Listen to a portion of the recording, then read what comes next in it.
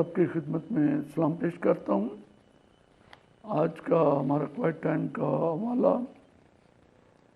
استثنا 28 باب 25 سے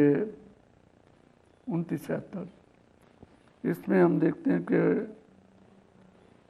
بنی اسرائیل کی نافرمانی کی وجہ سے خدا جو ہے ان پر لعنتیں نازل کرتا ہے۔ خدا ان سے بہت ناخوش ہو جاتا ہے۔ خدا ان کو دشمنوں کے حوالے کرتا ہے، وہ ان سے شکست کھاتے ہیں اور ان کی جو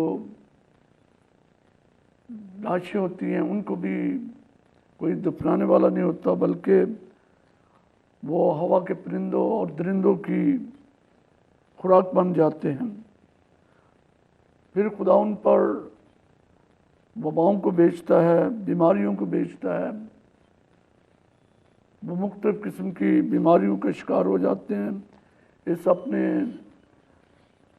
رویے کی وجہ سے جو خدا ان کے ساتھ وہ کرتے ہیں۔ وہ بہت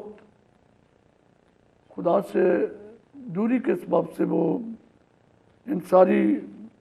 مشکلات میں پڑتے ہیں۔ خدا نے ان پر بڑے بڑے کام ظاہر کیے تھے، ان پر خدا نے ان پر بڑے مہربانی کی تھی۔ جب وہ مصر کی غلامی سے خدا نے ان کو آزاد کیا، وہ بیابان میں آئے اور خدا نے ان کو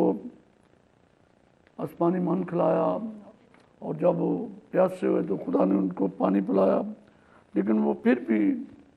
خدا کی شکر گزاری کرنے والے نہ تھے۔ وہ خدا کے حضور ہمیشہ بڑبڑانے والے تھے، وہ خدا سے گلہ زاری کرنے والے تھے، اور وہ خدا سے کبھی خوش نہیں ہوتے تھے۔ وہ ہمیشہ خدا پر وہ ہمیشہ گلہ کرتے تھے، شکوہ کرتے تھے کہ خدا ہمیں کیوں اس ملک سے نکال لایا جہاں پر ہم بہت من کھاتے تھے، بہت اچھا کھانا کھاتے تھے، ہم وہاں کے پھل کھاتے تھے، لیکن خدا ان کو اس غلامی کی حالت میں جو جہاں پر وہ رہتے تھے بہت وہ رنجیدہ تھا۔ خدا نے اپنے بندہ موسیٰ کو اس کے لیے استعمال کیا، اور خدا نے ان سے کہا تھا کہ جب ہم استثنا 4 باب 28 آیت کو دیکھتے ہیں تو وہاں پر خدا نے ان کو پہلے سے آگاہ کر دیا تھا کہ جب تم اس ملک میں پہنچو گے تو تمہارے